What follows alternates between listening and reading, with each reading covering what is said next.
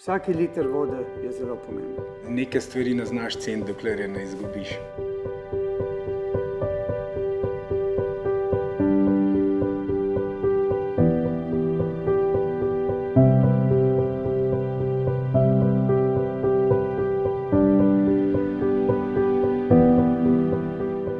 Jaz mislim, da večjo odgovornost do vode bi mogli ozaveščati že pri naših najmlajših. Da bi se pomagali, da bi mogoče se kakšno uro ali pa dve na dan kdaj ostali brez vode, da bi mogoče potem bolj cenili. Večje odgovornosti do vode bi se morali skupaj lotiti projektno. Takšnim projektom, ki je ta in podobnimi, pomembna je ozaveščenost, pomembno je izobraževanje. Predvsem osveščanje strank oziroma vseh nas. Mi v našem poklicu imamo to možnost, da skozi strežbo vode o tem ozaveščamo. Bolj, ko bomo vsi skupaj ozaveščeni kot družba, bolj bomo v prihodnosti lepše shajali.